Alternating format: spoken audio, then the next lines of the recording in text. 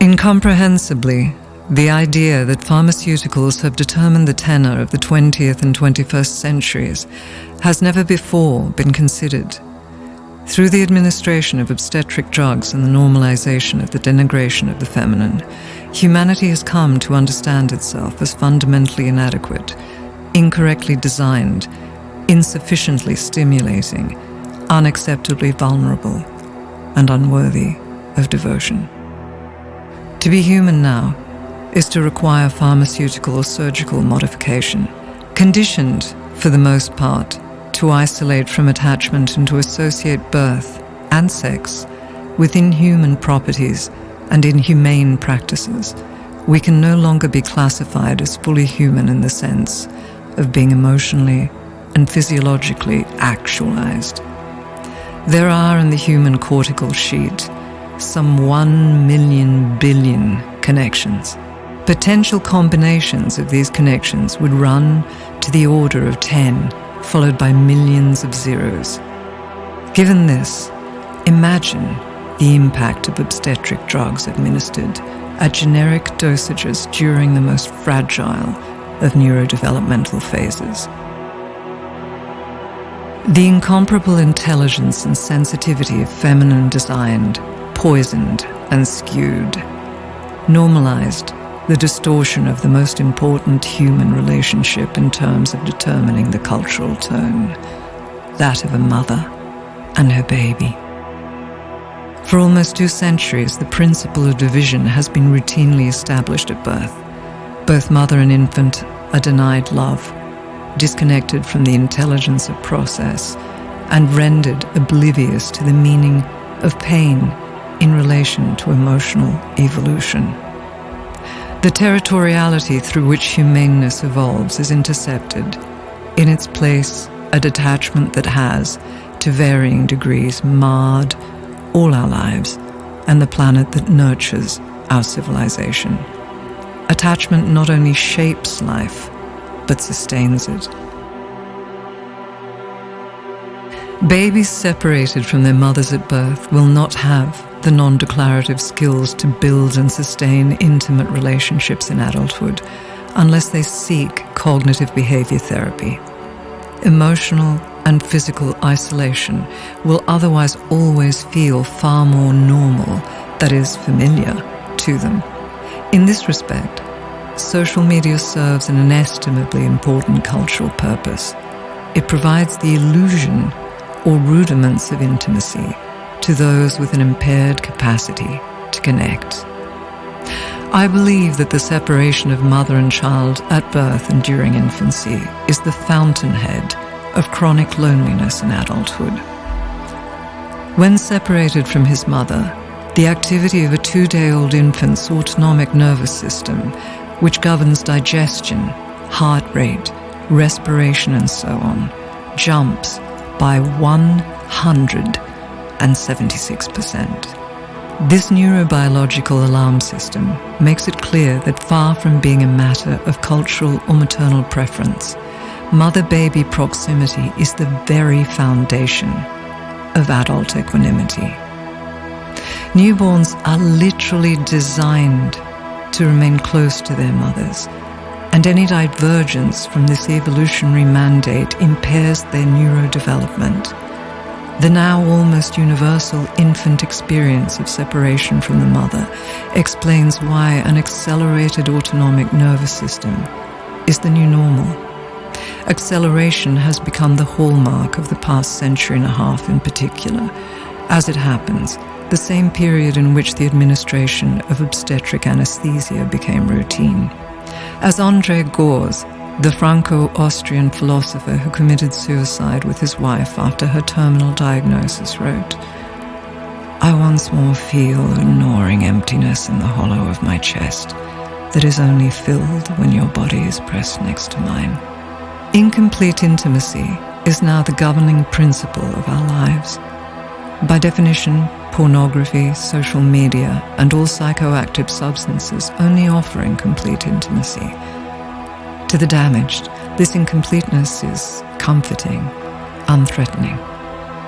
The completeness of intimacy with a baby is disturbing for a mother impaired by her own early experiences of obstetric abuse.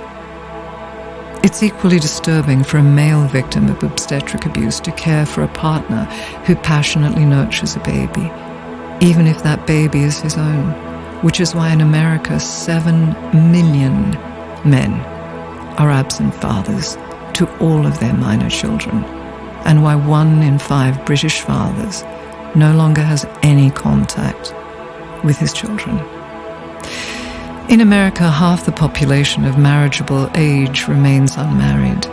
Internationally, the number of adults who live alone has doubled in the past half-century. In Britain, 8.2 million people were living alone in 2019, a statistically significant increase of 20% in as many years. The trend for living alone began as the first victims of obstetric drugs came of age and accelerated around 1950, when the twilight sleep generation matured. Prior to that, the rate was nominal.